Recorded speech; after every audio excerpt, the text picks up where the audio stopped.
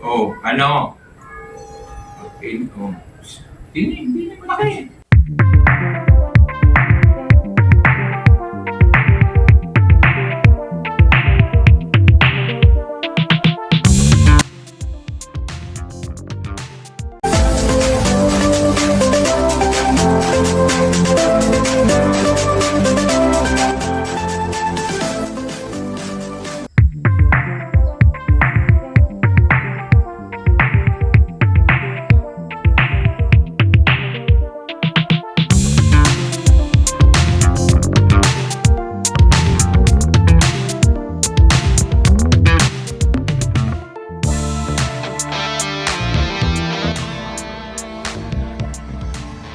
Talaga namang ay talagang malalaki na itong ating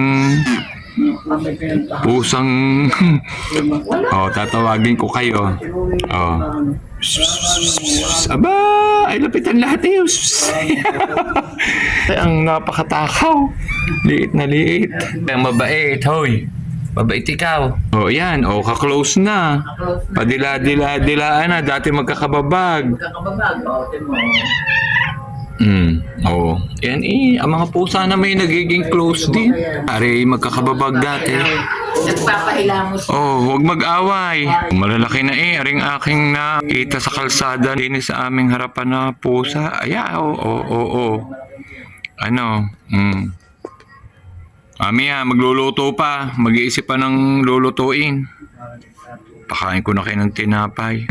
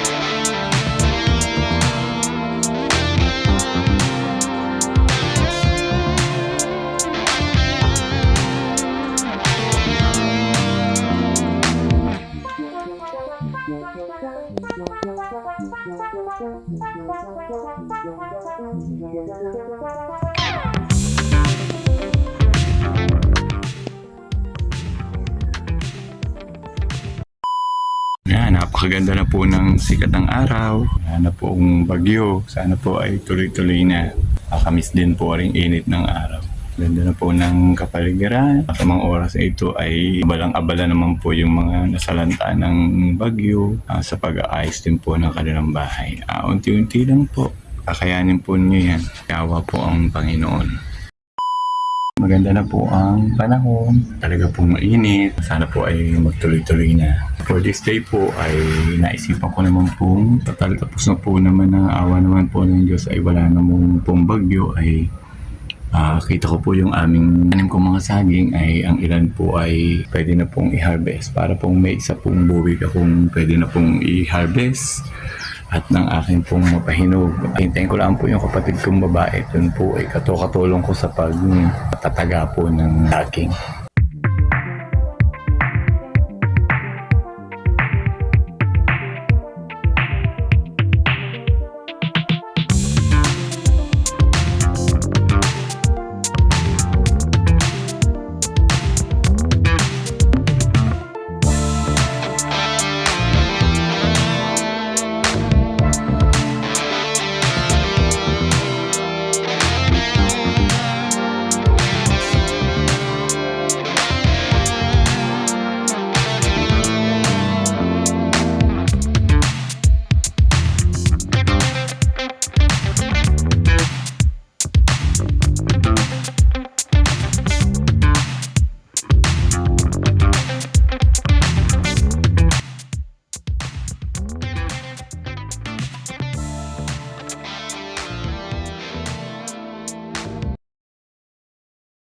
Dumating na po yung kapatid ko at saka yung pamangking ko. May makakatulong na po kami sa pag-harvest po ng saging. Ay ang laki po, nakakatuwa po. Ay talaga pong hindi po namin mabuhat buti po't dumating yung pamangking ko nang may makatulong po. Dahil kung kami lang po ng ate ay talagang ang hirap po. Ayan po, ang hirap po. Hindi ko po mabubuhat. Ay sila na po dalawa ang, ayan, ay tingnan po, ang laki po. Nakakatuwa po. Anim pong buwig ang bunga ng saging. Ayan, ang isa po munang kinuha namin. Ay tingnan po ang laki. Nakakatuwa po. Marami na po ang makikinabang din sa isa pangalaang pong buwig na ari. Ayan, kaya po nakakatuwa po ang aking garden. Ang dami pong mga pakinabang, lalo na po pagdating po sa saging. Ang dami pong mamunga.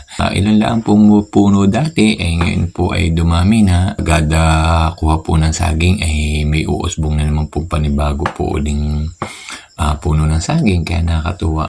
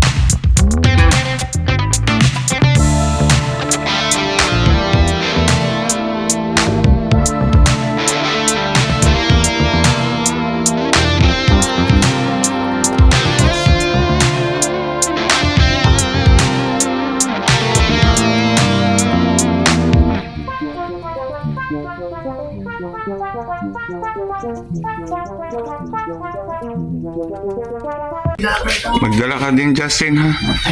Hahati-hatiin. Oh. Ano? Oh, ayan, baka mabaligtad, ate. Baka mabaligtad ka din sa iyong bike. Oh, ano? Oh, malalaking saging. Oh, yeah, okay. Yan ang nakuha. Oh, magkape-kape, Justin, at napagod tayo ng pagkuha.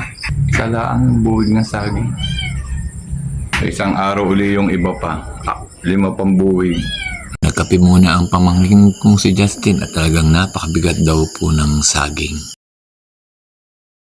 Hanggang dito na lang po at ako po ay natutuwa po at naka-harvest na po kami ng kapatid ko ng saging. Kaayos ko lang po siya.